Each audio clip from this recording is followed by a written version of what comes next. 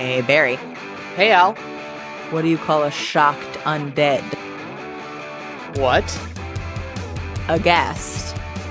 It's time for Compelled Duel.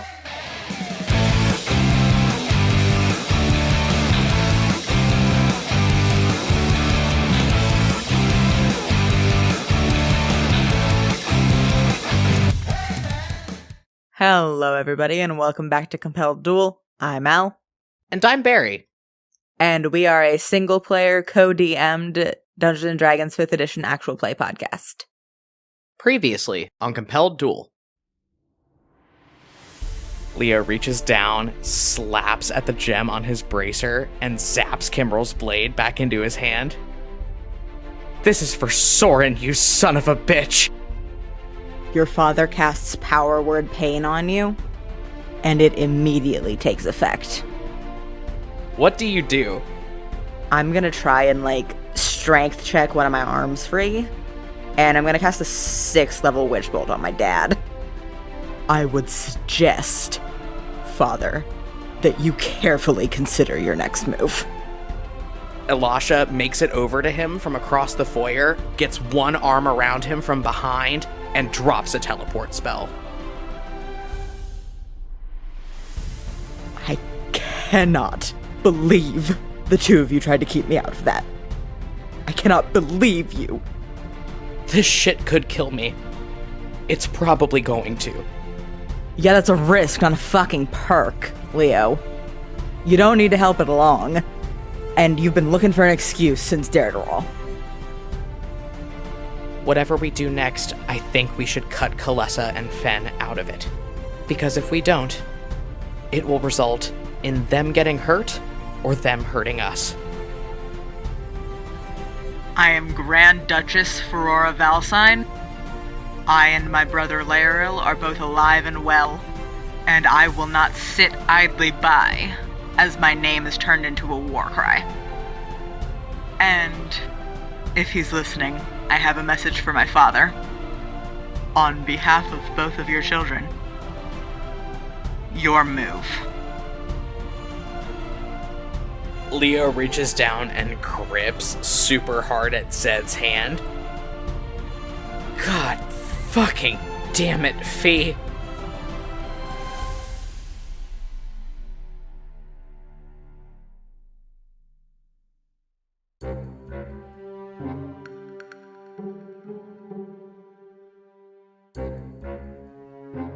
So, Phi, you've never been to jail before. That I have not. Well, you're there now.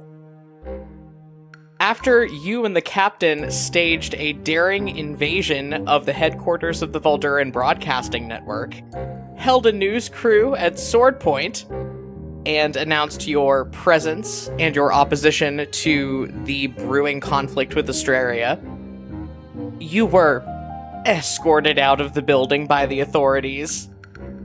And you have spent the night in a tiny, dingy cell with the captain, who seems like he's done this before. He's taking it in stride. You were given the opportunity to have the people that threw you in this cell contact one person on your behalf. What person did you choose? I chose my Aunt Nora, thank you very much. It has been many hours since then. You can see the sun starting to rise through this high, narrow, barred window up over your head.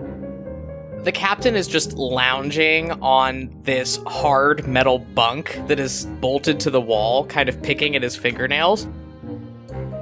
He very nonchalantly looks up towards you and goes, it'll be alright, lass. I've ended up in much worse places just for public intoxication.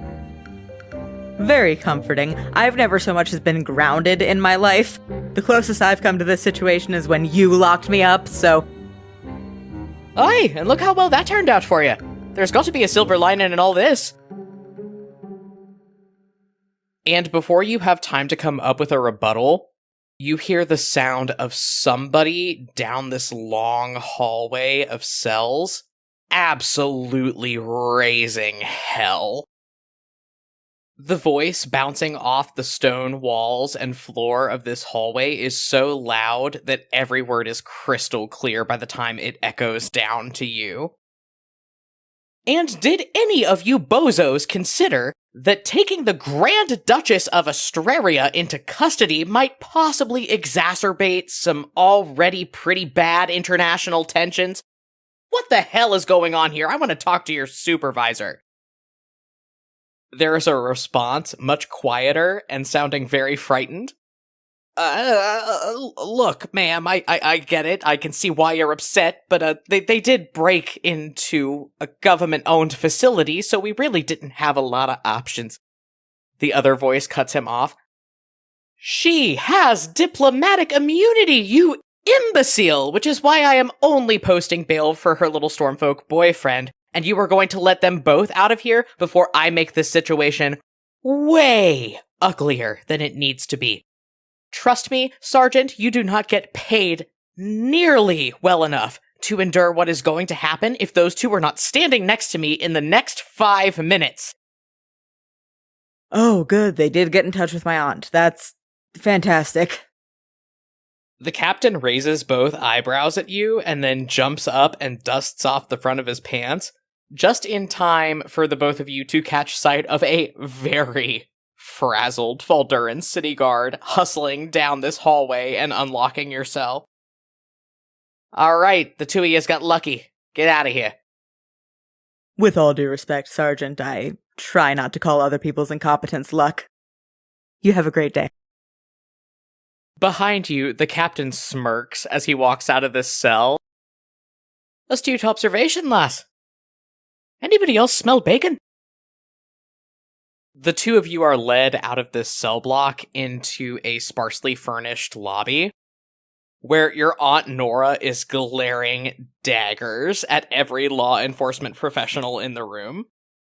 She looks extremely tired, like she has not tranced, but as soon as you and the captain get within 5 feet of her, she lunges forward and pulls you into a big, tight hug.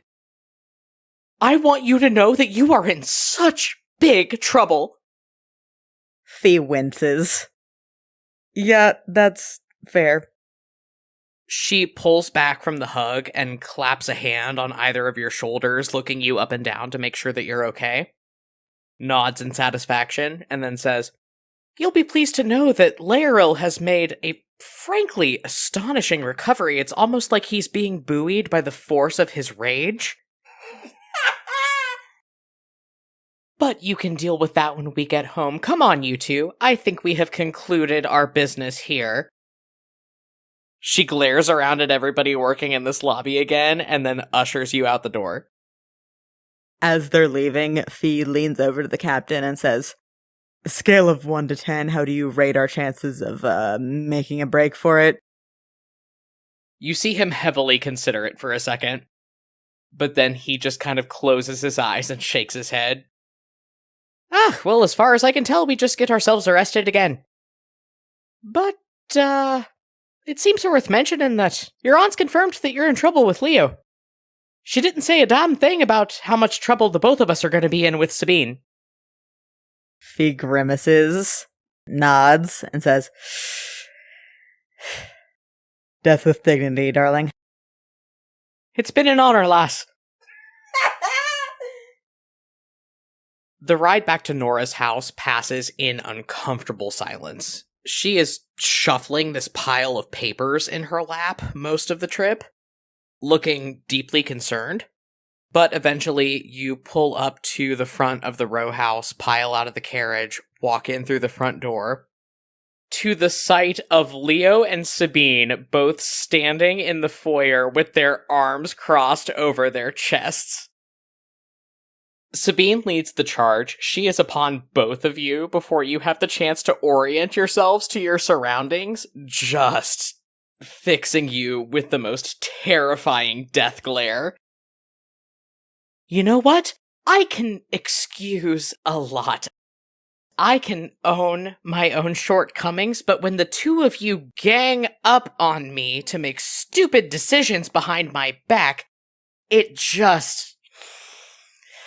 grates on the nerves a little bit. What were you thinking? I was thinking that an essential vehicle for distributing news throughout Volder might be a good avenue by which to make it clear that Leo and I are alive and opposed to the war, since that's one of the goals that we have right now. So you hold a news crew hostage? We didn't hold them hostage. We just commandeered the microphone. From behind Sabine's shoulder, the captain is making frantic cutting gestures across his neck, like, shut up, stop talking. Sabine points at you like she is about to make a terrible indictment on your character, and then clenches her hand into a fist and turns around and starts pacing. Behind her, at the bottom of the stairs, Leo whispers, "Sabine, tag me in, and sticks a hand out. As she turns around from another round of pacing the foyer, she reaches down and slaps at his hand, and he lunges forward and grabs your elbow, Phi. Uh-oh. He hauls you off into the sitting room and slams the door shut behind you before rounding on you with an absolutely livid expression.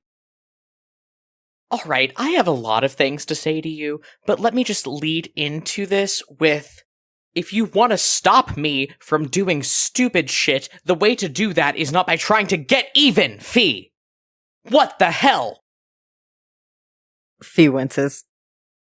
As I said to Sabine, it just seemed like the most efficient way to accomplish one of the goals we have in all of this, which is to make it clear that the war is predicated on false information. The two of us are alive, we're opposed to it, and Father knew that. Yeah, and that goal is one of the few things that we actually had the opportunity to fucking plan for here. You didn't have to make that decision in a split second, and you sure as hell didn't have to make it without talking to the rest of us. I thought it would behoove us to get it handled while Father's back on his heels, and I saw an opportunity. Leo scrubs both hands down his face. Do you know how infuriating it is that I can't yell at you and be vindicated? That sounds very hard for you. I'm sorry. Leo makes this motion that is very familiar to you from back when you were both small children that makes you immediately fearful that he's about to jump up and get you in a headlock. But then outside the sitting room, you hear the front door of the house open. And you hear your Aunt Nora's voice, supremely exhausted, going, Kimrel's bones, of course. Hello, Boreas. Leo looks at you, narrows his eyes, and points one finger an inch away from your nose, and says, "We will handle this later." And then storms out of the sitting room. Phi's gonna walk out into the foyer. You emerge into a pretty tense scene. The captain has folded himself into one of the chairs in the foyer and is just staring at his boots as Sabine is still pacing in front of him, looking very, very angry.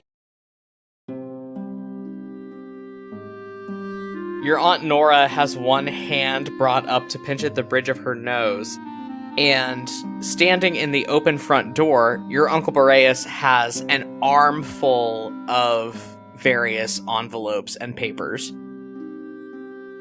Very nonchalantly, he steps over the threshold and starts tossing things down onto a little end table next to the door.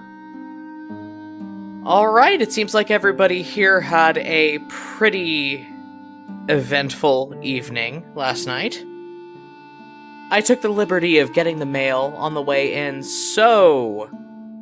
Newspaper, power bill, municipal artificing bill, birthday card from Jorana that is 3 months late. Oh, what's this? A letter with the seal of the Archduke. Nora, I'm committing a felony in your home and opening your mail. He hooks a finger under this wax seal on the envelope, pops it open, and pulls out a piece of parchment, scans over it. Oh, what a surprise! Your title's been revoked! Congratulations! Come again? Your Uncle Boreas looks over at you, slides his glasses up on his nose, and looks back down at the letter in his hand.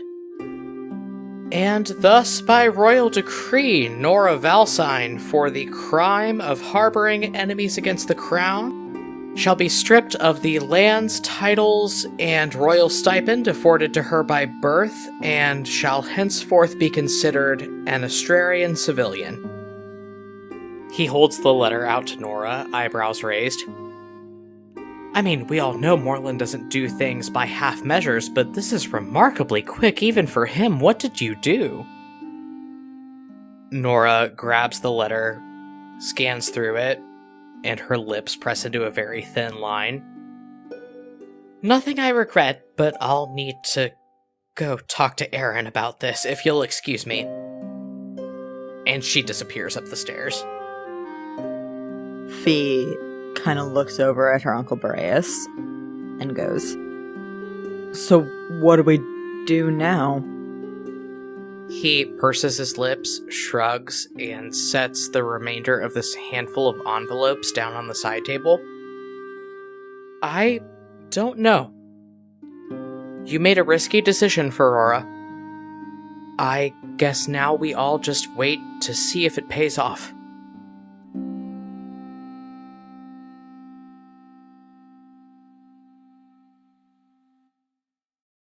Leo. The next 2-3 days pass tensely. As far as you know, your uncle is still trying to get you into the Volduran social scene. Your Aunt Nora has been spending a lot of time in her study with your Uncle Aaron just doing budgets, given that they are now a one-income household. No one in your party really knows what to do next other than wait for your uncle's planning to pay off, or wait to see if there are consequences for the stunt that Phi pulled. So, what are you doing? I think if a few days have passed and he's mostly back on his feet, he's probably just out in the yard playing fetch with Dexter. Despite Adra's improvements to the security system being on and alive, nobody can get in without your Aunt Nora's permission now. Zed is still loath to let you out of his sight, given everything. So, despite the fact that he and Dexter are not fans of each other, he is sitting on the front steps as you play fetch with your bone dog. And roll me a perception check. 21. Okay. Meets it, beats it, yeah.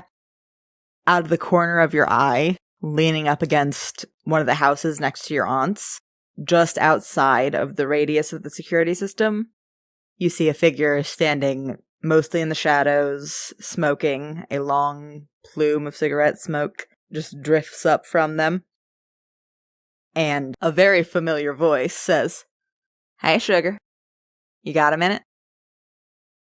Hey, Mia.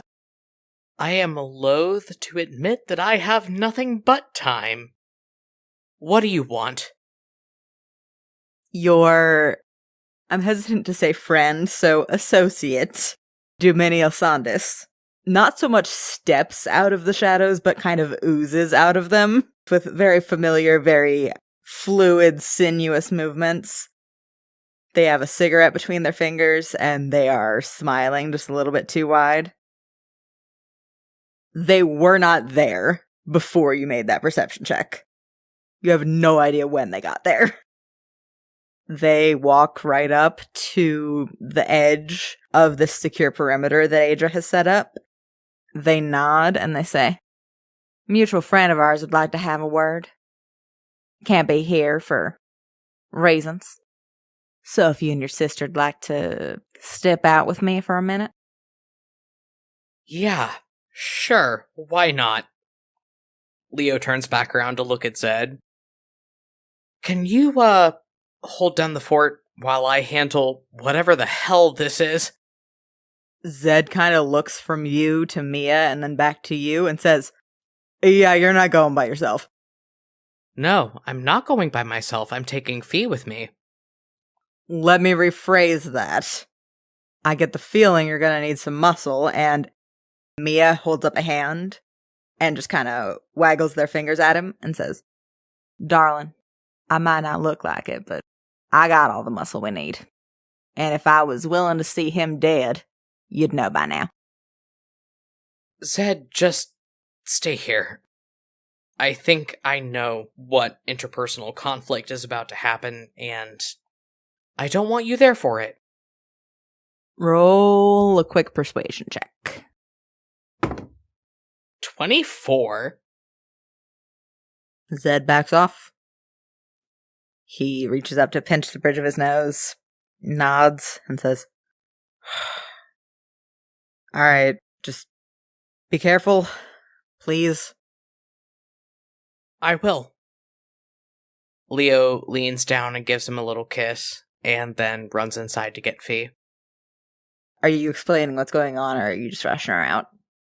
No, I'll explain it. I'll tell her that it seems that something is going on with Kalessa and Fen. Phi has kind of a weird look on her face as you say that, but she nods, says, "Alright, lead the way." And she's gonna follow you out. As you get outside, Mia is making kissy faces at Dexter over the secure perimeter. Phi, this is Mia. Mia, Phi. Would you like to tell me where we're headed, or is it just a fun surprise? Well, I could tell you, but then I'd have to kill you. Their nose crinkles a little bit as they wink at you. It's a joke, it's a joke. Can we move, or do you just want to sit here like a bump on a log? No, yeah, let's go. And Leo's gonna follow them up the street. Mia leads you and Phi through the streets of Voldur to the edge of the wheel and to what appears to be a little park set against the edge of the wheel.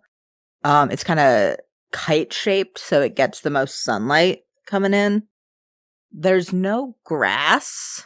Well, there is grass, but it's in kind of raised planter beds with flowers, a couple bushes, nothing really tall. But the actual, ground of the park is the same flat stone as everywhere else in Voldur. And on a bench, you see Kalessa Petrus and Fernandus Tormare. They seem to be engaged in a very serious discussion. They don't notice your approach until Mia puts 2 fingers in their mouth and just whistles super loud. "Alright. Delivered whole and healthy, as requested." And they kind of gesture at you and Phi. Fen and Kalessa both sit up very straight and turn to look at you. Fen kind of awkwardly raises a hand and waves. "Hey, good to see ya." Hi, Fen.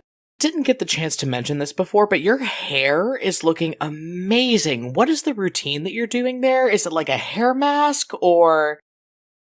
Fen blinks a couple times and then says, "Yeah, once a week I'm doing a hair mask. I've cut out sulfates and silicones. It's a whole thing."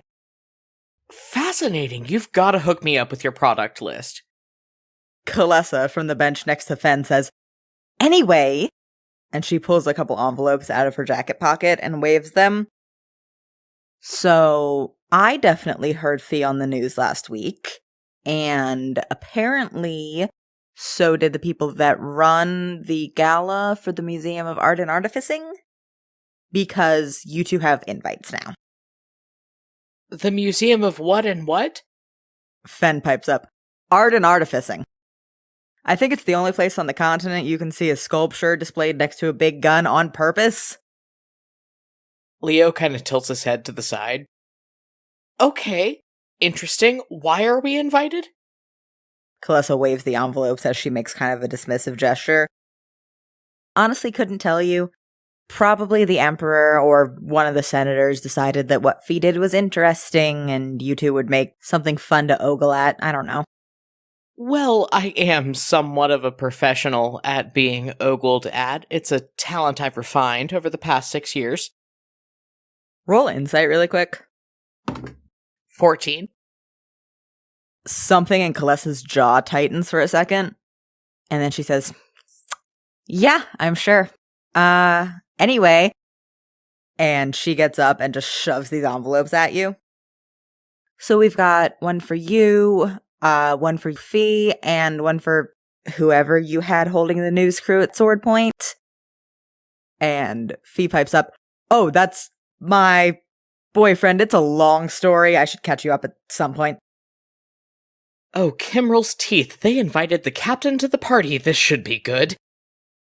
Kalissa kind of tilts her head and says, "Well, apparently," she cuts her eyes sideways at Phi, "he would have been going anyway since you all get +1s.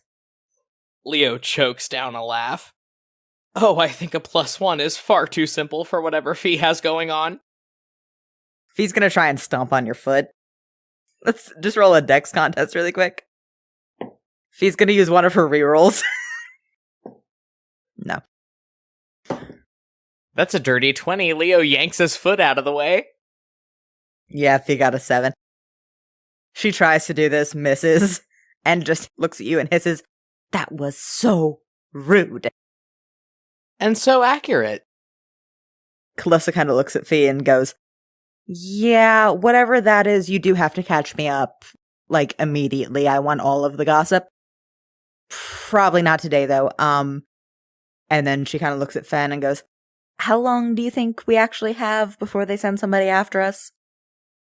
Fen pulls out a pocket watch, squints at it, goes, 20 minutes, maybe?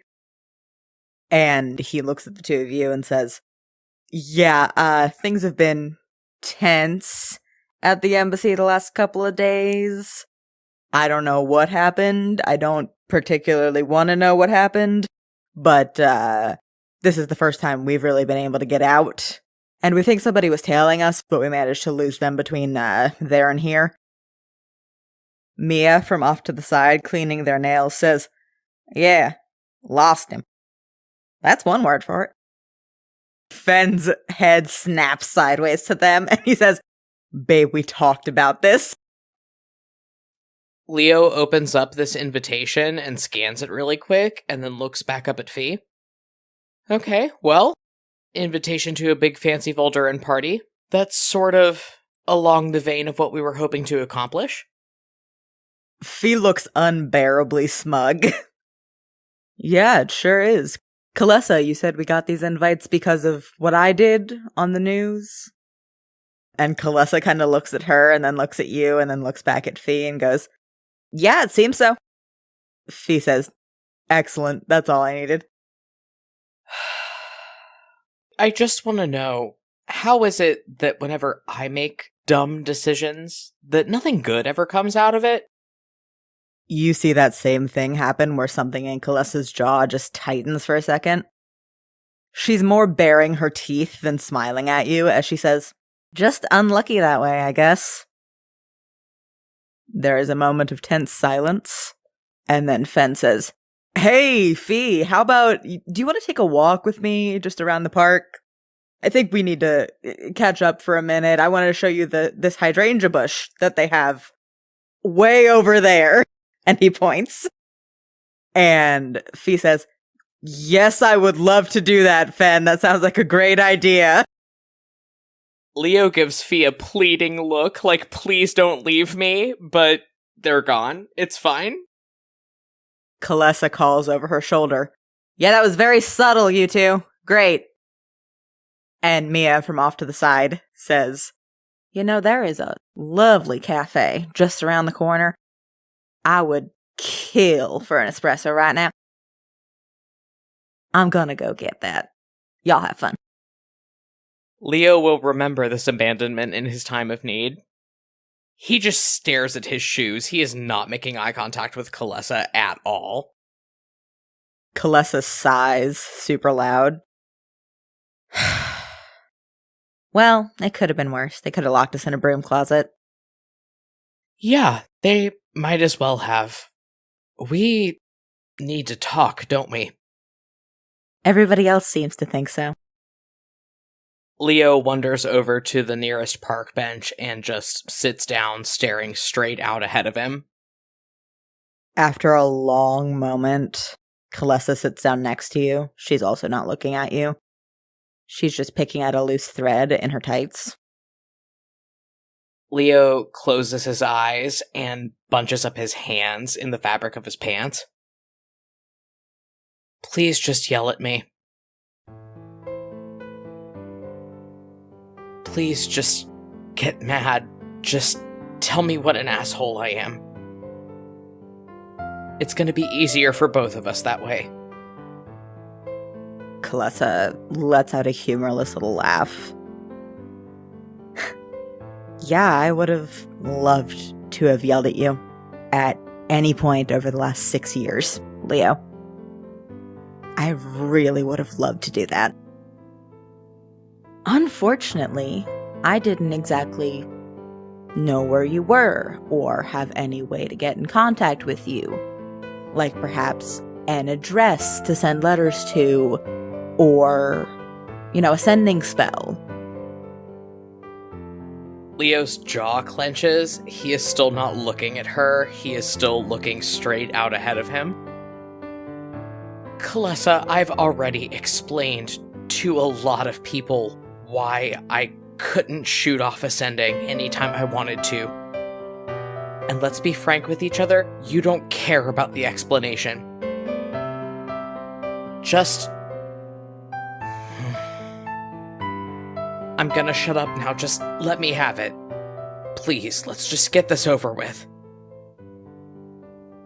So what? Was that day on the mountaintop when we all thought you died the first time you had access to a sending spell?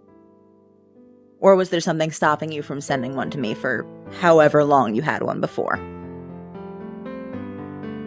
Was there something stopping you from reaching out to me when I was living in Voldur and everybody knew where I was and you could have just... Was there something stopping you from reaching out to me at any of the opportunities that you had? Or did you just not want to? I didn't know if I could trust you. I was running away from everything I had ever known falling out under my feet. My father, my sister, everyone was betraying me, or at least that's what I thought was happening at the time, and I didn't know if I could trust you. So I ran, and I went to Tordoon, and fucked everything up, which seems to be what I'm best at. And yeah, if I had the chance to do it over, I would have gone to you, right out of the gate. But we don't get do-overs, Kalessa. You don't. I don't. Kimmerl knows Soren didn't. Shit. Do not.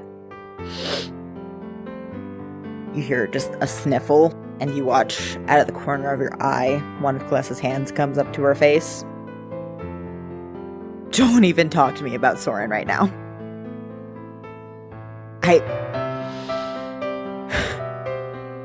You were fucking gone. You just ran. And Soren wouldn't return my letters. Because he was getting into all this bullshit. And he didn't trust me to keep it a secret. And Phi tried to fucking self-isolate. Because she didn't trust me to stay safe in all of this. Like, that's her job. And Fen fucked off for a bit. Because he didn't trust me to take his side in the argument that the two of them were having. And I am getting really sick of people telling me that they didn't trust me, like that's supposed to make anything better. You just left, and I didn't hear anything. And my mom got sick, and I found out my dad is not just a garden variety asshole, no, he's part of this huge conspiracy that's killing people, and Soren fucking died, and I needed my best friend. If I tell you I'm sorry, is that gonna fix anything? I guess we don't know because you haven't yet.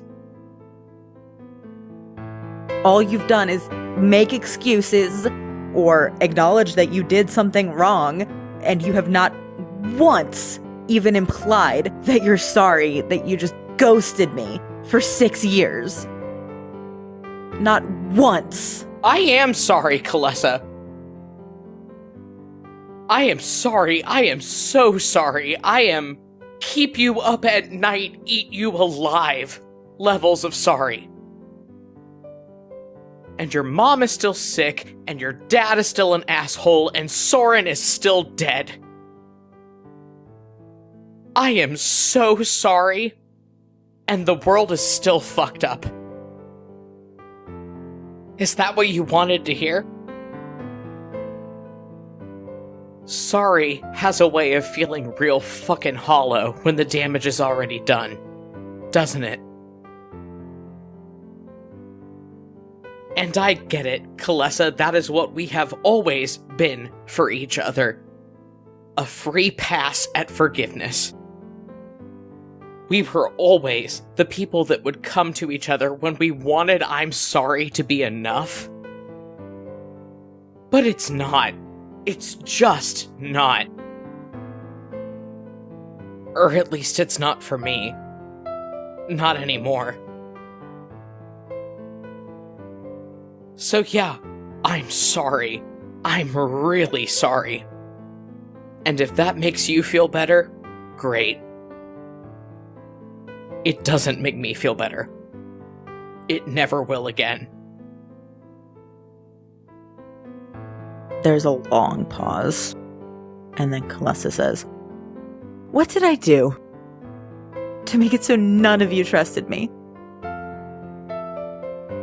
Because I have been racking my brain and I just can't think of... Because I spent our whole childhood just going with the flow and being fun, keep your spirits up, Kalessa.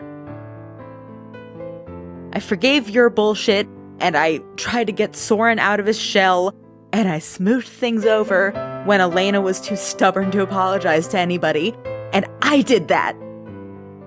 I was the one doing that. Because that was all I had, was just this one little group of friends, people that my fucking parents decided I should be friends with, and I wanted to keep it. I really wanted to. And Elena is dead, and Soren's dead, and you don't trust me. And I just don't know what I did." Leo is still not looking at her, but he lays an open hand down on the bench in between them. I want to trust you. I want to be a good enough person that you don't feel like you have to forgive my bullshit. I want none of this to have ever happened, but since that's impossible, I want both of us to go out there and fix this fucked up world and maybe have a shot at Soren actually being proud of either of us. 'Cause that's what it always was, Kalessa. We forgave the worst in each other, and he saw the best in both of us, and he's gone. So we've got to step up. I want to see the best in you. Can you give me the benefit of the doubt and see the best in me?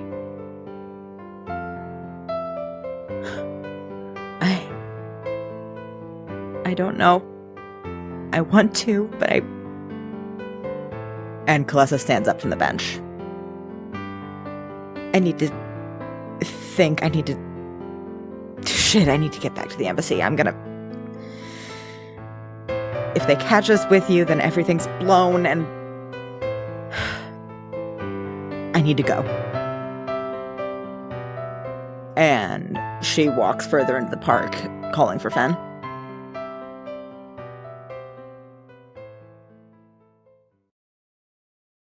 Phi, you find yourself walking along this little path alongside a very clearly man-made lake in this park with Fen at your side. He seems like he is trying to give you space to open up the conversation, but he is not making eye contact with you. Phi's not looking at him. Looking at the ground, she says, "So, Mia seems insufferable, actually." Fen stops in his tracks and laughs. Yeah, they're a bit of an acquired taste, I'll admit. And I mean, conversely, I don't know Sabine well enough to pass judgment on her, but the Pirate King seems hot. Right? It's, like, genuinely unfair. And then Phi stops and puts a hand to her chest and goes, "Oh, Kimrel's teeth, I can talk about boys with you now." Yeah, you can. I'd love you to. But I think that there are a couple things the two of us need to parse out before we get to that point. He's still not looking at you. You see him reach down to a bag slung over his shoulder and rifle around in it for a little bit. And then he pulls out a handful of dried fruit and throws it out to the ducks on the edge of this lake. First of all, I'm okay. I need you to know that. I'm okay. That's good to hear. I am as well. Well, I died briefly, but I'm fine now. You what? It was a whole thing. And Phi kind of reaches up and twirls the white streak in her hair around a finger. You said you're short on time. I'll explain in detail later. But suffice to say, I am no longer waiting for people to give me permission to be happy. Fen is still not holding eye contact with you, but he blinks a couple times and looks down at his shoes. Yeah, that's good. I'm glad. 'Cause at the end of the day, that's what we were, weren't we? Just two really unhappy people trying to give each other an excuse to be happy. I never thought that deeply about it, honestly. You're my best friend. Phi kind of raises her eyebrows at him.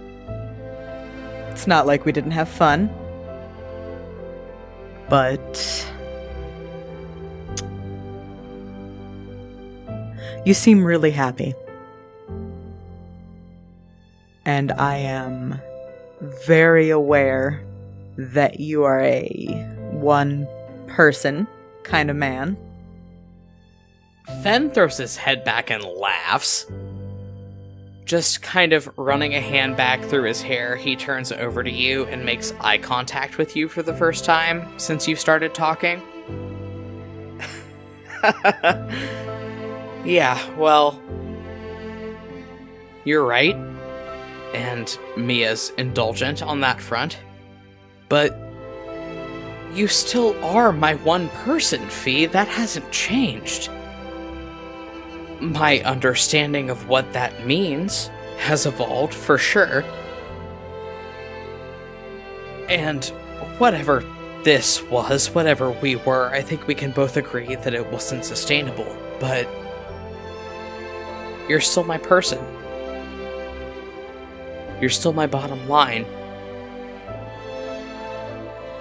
There were a few months there where I thought you were dead. And Mia had to peel me kicking and screaming off the ground. And I had to reevaluate my understanding of who I was. And what I wanted. And yeah, in the long run, that was good for me. But you were still gone. My life is better with you in it, Phi. And as far as the definition of you being in my life goes, I don't really care as long as you're there. I love you. I always have. But it took being without you to make me realize who I am when there's not anybody around expecting anything of me. And I like that guy. And I think that he could help you. So I'm glad we're both happy. And I just think that... And before Fen can finish that thought, Kalessa comes rushing across the park and gets him by the back of the shirt and starts dragging him off. Okay, Fen, we need to go back to the embassy. Where is Mia? Okay. And also, we need to arrange another meeting where we can parse some things out. There's some paranoia to resolve, and I'll see you two later. Kalessa just hauls him off, and he raises one hand in a goodbye wave to you. And briefly, you are left standing alone by the side of this lake. After a minute, Leo comes over and stands next to you with these invitations clutched in his hand. He looks out over the surface of the lake and just goes, "All right, guess we gotta deal with this now." I guess we do. Phi's gonna reach out and clap him on the shoulder and say, "Chin up, it's been a while since we got to go to a good party." So, Leo, after you, I would assume, briefed your Aunt Nora on what was going on with these invites, she got into contact with your Uncle Boreas, which is how you find yourself standing in your aunt's sitting room. All the furniture has been pushed against the walls as your Uncle Boreas, hands behind his back in a sort of posture that you are very familiar with because it very much resembles kind of the way that Phi conducts herself in courtly situations, and you've seen your father do this once or twice. Says, "All right, so if we're going to this party, then for both the sake of your political maneuvering and my reputation because I'm related to you, I need to teach you how to not embarrass yourselves. I am also invited to this gala, and I am going to invite Nora because we need some extra muscle. Who are the three of you taking?" he says to you, Phi and the Captain. Well, in the vein of needing extra muscle, I hope we won't end up in a situation where we need to punch our way out, but if we do, I can't think of anybody better to take than Zed. Your Uncle Boreas tilts his head a little bit and says, "That's the large gentleman with the..." and he gestures as if to make a shape of like tusks in front of his mouth. My boyfriend, yes. "Ah. Right, that'll do."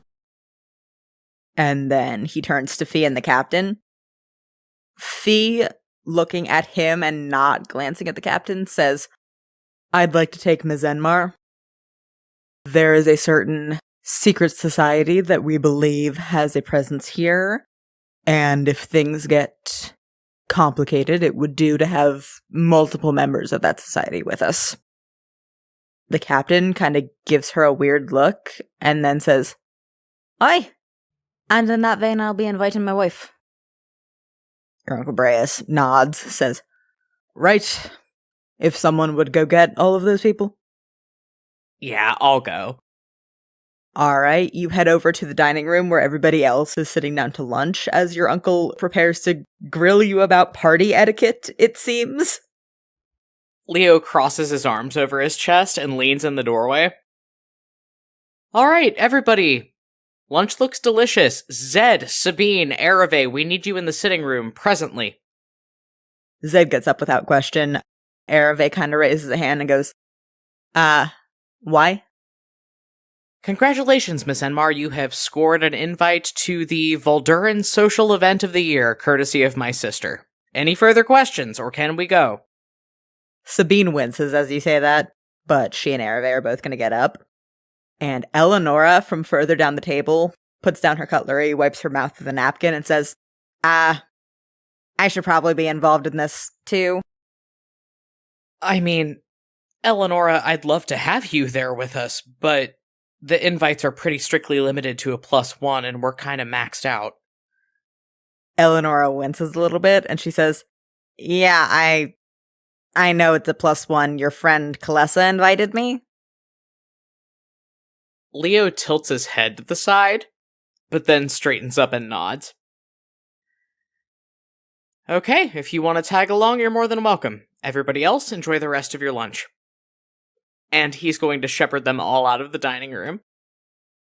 From across the hall in the sitting room, you hear your Uncle Boreas yell, "You too, Nora!" And your Aunt Nora sighs and pushes herself back from the table and goes, "Alright, fancy parties. Great."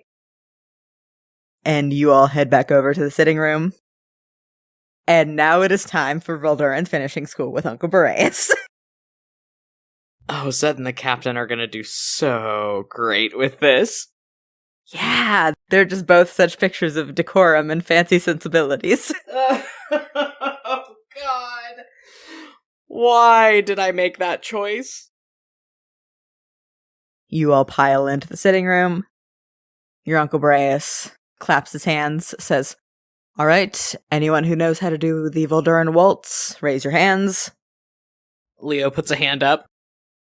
Phi, Sabine, Ereve, and Nora all also raise a hand.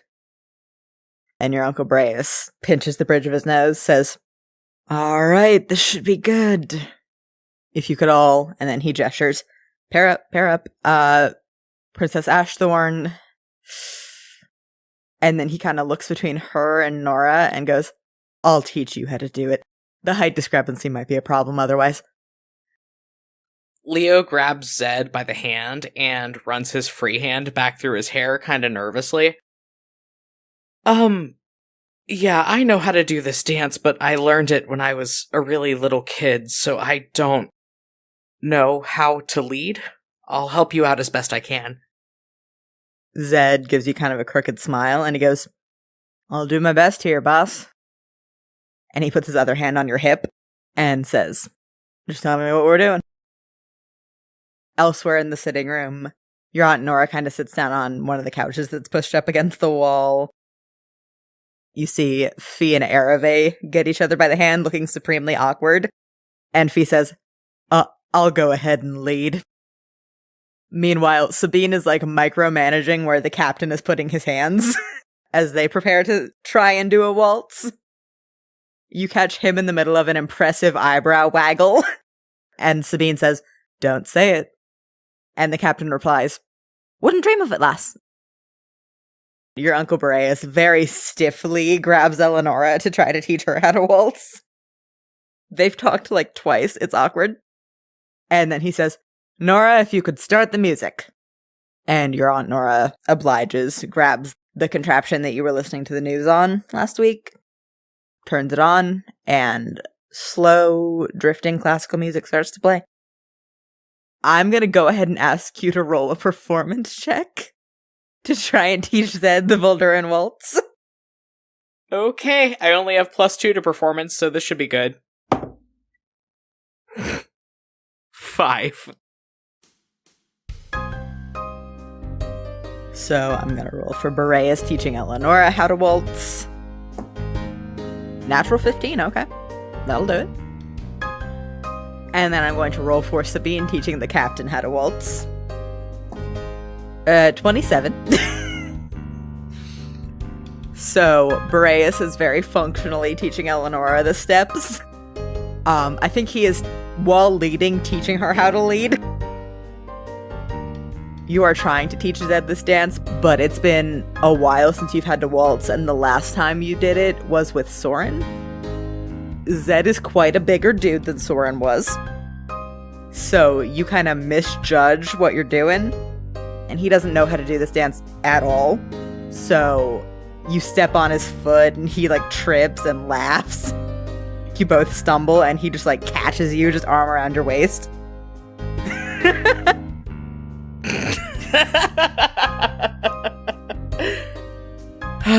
We're gonna bring the house down, you and I. He just snorts. Yeah, we're gonna be the talk of the fucking party, alright? And then you two reorient yourselves. Sabine and the captain are doing very well. They are just whirling. on the other side of the sitting room, as Phi and Arave refamiliarize themselves with the steps of this dance. The captain and Sabine whirl a little bit closer to them, and Sabine, a little breathlessly, says, "Dip me, dear."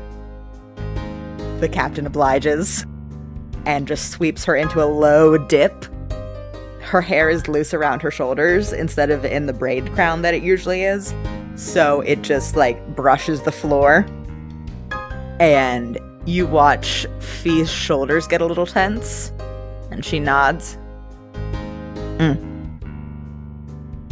Your Uncle Boreas, as he is trying to teach Eleanora this dance, and doing pretty well, says, "Alright, so as far as Volduran party etiquette, it is polite when you are introduced to someone to shake their hands. I know that's somewhat disorienting for the Astrarians in the room, but when in Voldur, we must do as the Voldurans do.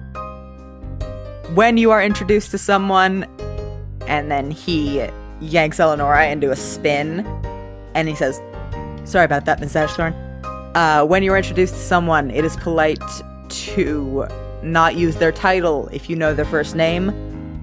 The act of introduction assumes that your societal standing is close enough to theirs that using their title is a bit over-formal. Just get used to it. Everyone will be referring to you by your first names after introductions. Don't think about it too much. What else?"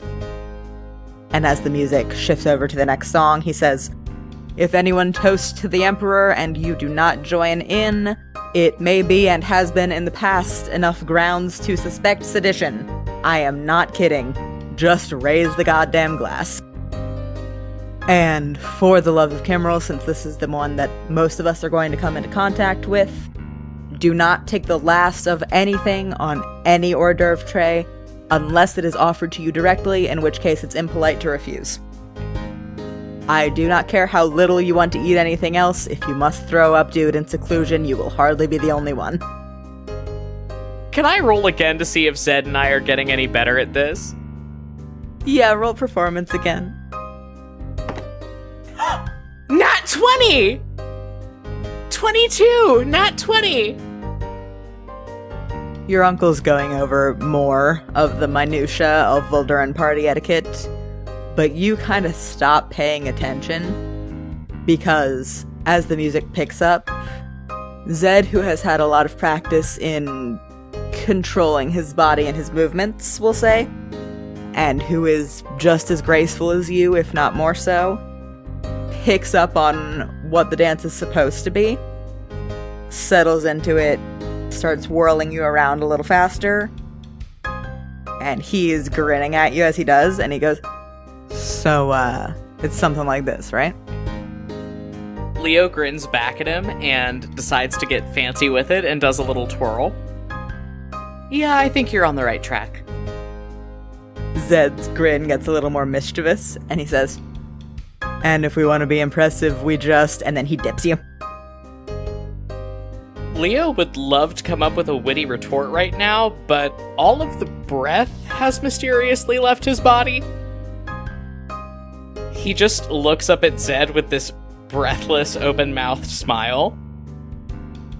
Zed is grinning down at you. And then the spell is broken as your uncle calls out, "Good work, Mr. Stonebloom! Moving on!" And then Zed yanks you back upright, breathing heavily, and goes, "Yeah. Think we can have some fun with this." Phi, a couple more days pass before this big gala that is being held at the Volduran Museum of Art and Artificing. Your Uncle Boreas is over at the house daily, trying to coach you on Volduran party etiquette, making sure that you know the relevant people that you're going to need to talk to during the party, all of those sorts of things. And the evening of the big event finds you in your shared room with the captain and Sabine.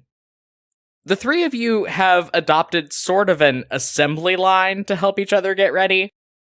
You are in the process of helping Sabine lace up her dress, while she is in the process of trying to teach the captain how to tie a cravat. You are in that slinky black beaded, low-backed dress that you bought at the Astrarian boutique with Lark and Adra last week. Sabine is in this gorgeous gold full-skirted ball gown with sheer fabric across the bodice and long bell sleeves done up with beautiful red beading and embroidery.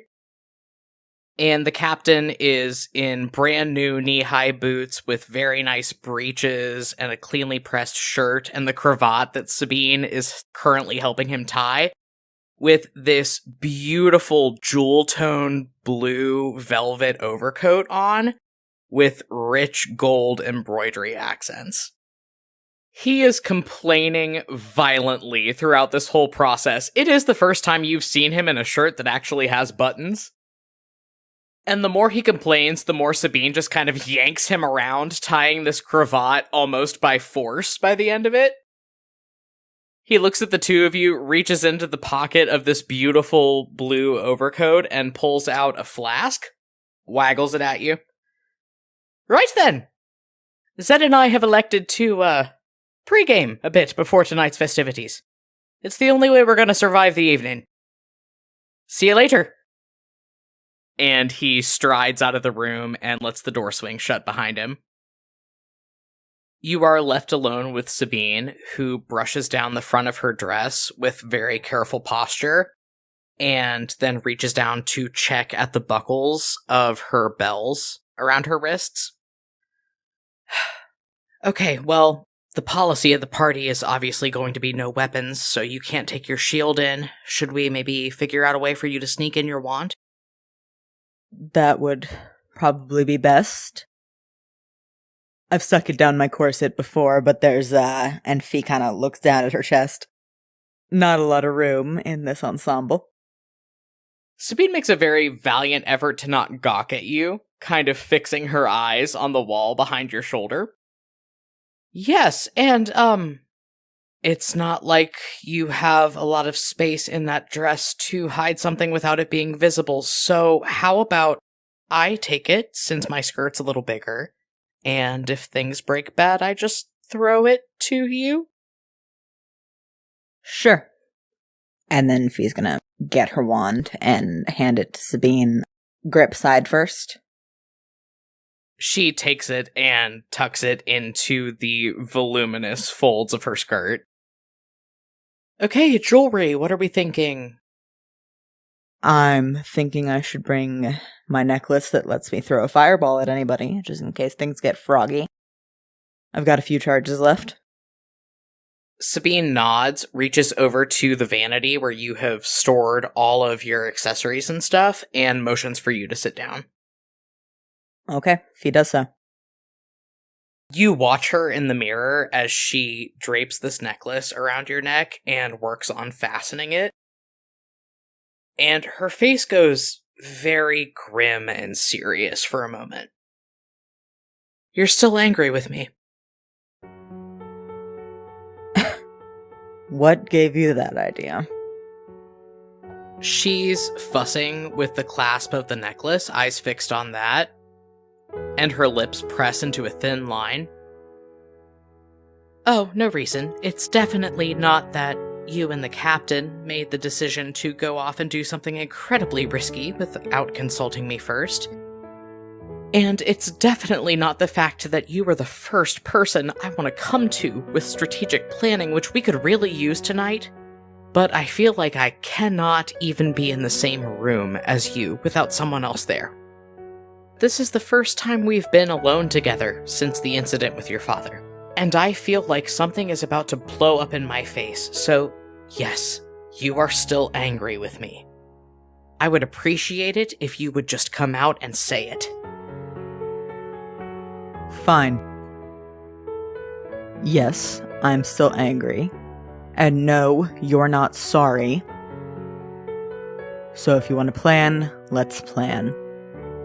But let's not talk about this, in the interest of remaining civil. She is finished with the necklace and has started adjusting the fabric of the Gift of the Stormbringer that you have draped across one shoulder. And in the mirror, you see her eyebrows pinched together. I'm not interested in keeping things civil. I love you. So if you want to fight, let's fight. If you want to yell at me, but I don't want being with you to be just another thing I have to dance around, Phi. You're right, I'm not sorry. I made the right decision in that moment, even if it was something that none of you agreed with. Leo thought he had a shot, and I trusted him. And I don't regret it. But I do regret the fallout. I regret whatever this is. So if we need to fight, let's just do it. Let's just have the knockdown drag out before we go into a situation where we need to stick together.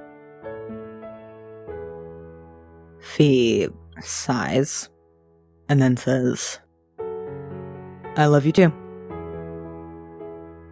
That's why I'm angry. So let's just get through tonight, and we can talk about it later. And then she's gonna stand up and start pulling her hair into a braid, again picking the white streak out with a finger, and then say, can you just lace me up so we can go? Sabine looks absolutely gutted. But then she moves around behind your back and starts fussing with the laces of your dress. Yeah, let's just get this over with.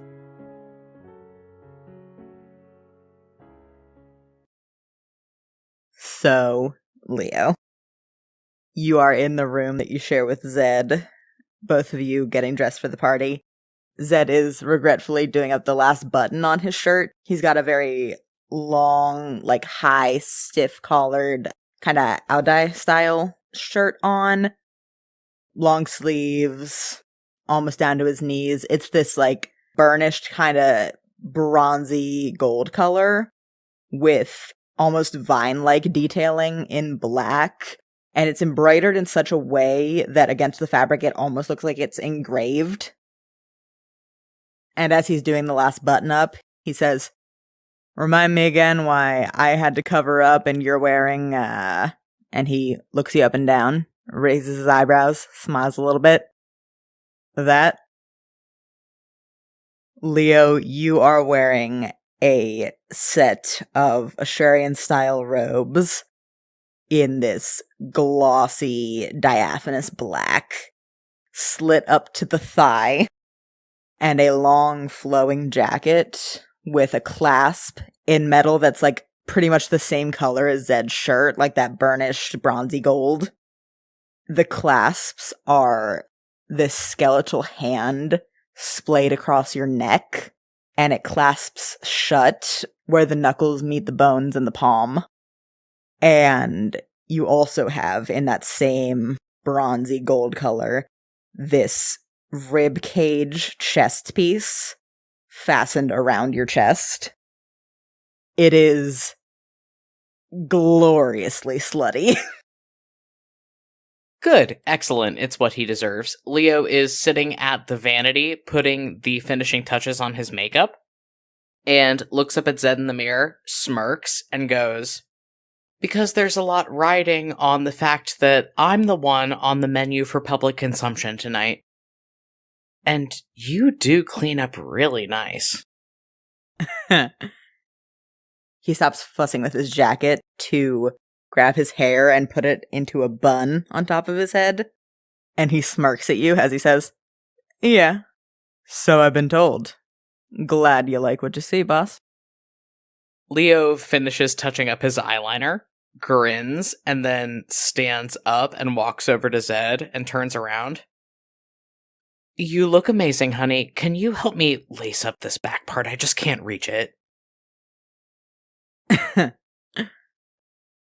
He grabs the laces on your robes.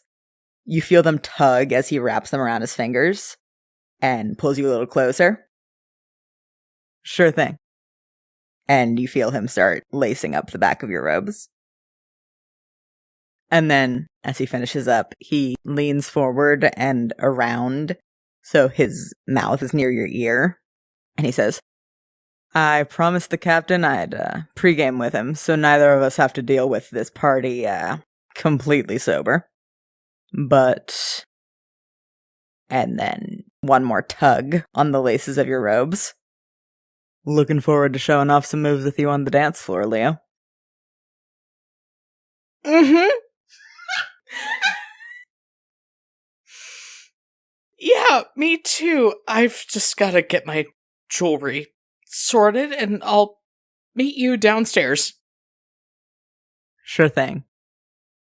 And he lets go of your robes and walks out. Okay, so Leo needs a minute to recover from that. But eventually he sets about getting in his various earrings for the night, putting on a couple other accessories, and I'd like to invoke one of my new Phantom Rogue features, if that's okay. Yeah, sure. What are you doing? So I have this thing with my Phantom Rogue stuff called Whispers of the Dead. Within the rules, it says, echoes of those who have died cling to you. Whenever you finish a short or long rest, you can choose one skill or tool proficiency that you lack and gain it, as a ghostly presence shares its knowledge with you. You lose this proficiency when you use this feature to choose a different proficiency that you lack. So, I don't know what I need going into this. I'm gonna let you as a DM pick, but I'd like to pick up an extra proficiency going into this party. Leo kind of sits there at the vanity, grabs at where Kimmerl's blade has been sitting on top of the table, and just starts fiddling with it. As you do that, you've been feeling kind of twinges of muscle pain since your father cast Power Word Pain on you last week. You feel another one of those as you're sitting there, just this weird twinge going up your spine, and you kind of bow forward. And when you look up into the mirror, Soren Shakrana is standing behind you.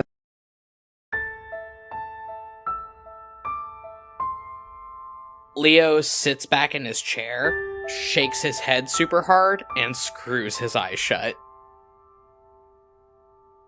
What happens when he opens them again? This image of Soren is still there in the mirror.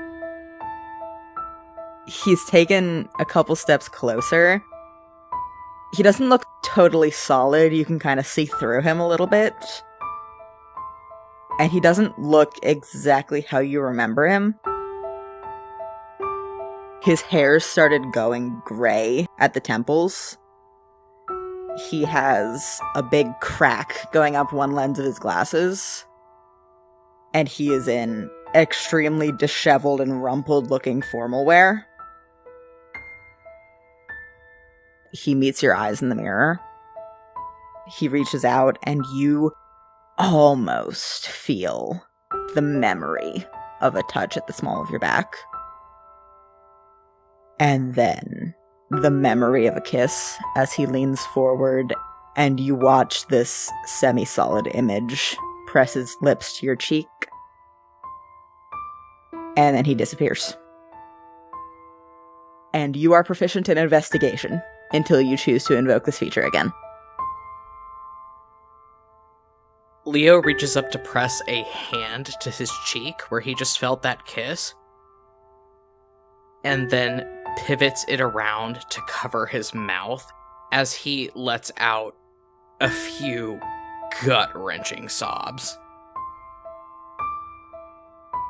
But then he stands up, makes sure his makeup looks okay, smooths down the front of his robes, and walks downstairs to meet everybody else. And that's where we're gonna end this week.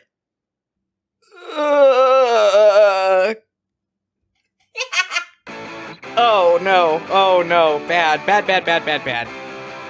Wonder what's going on with that, huh? Guess we'll find out next time On Compelled Duel.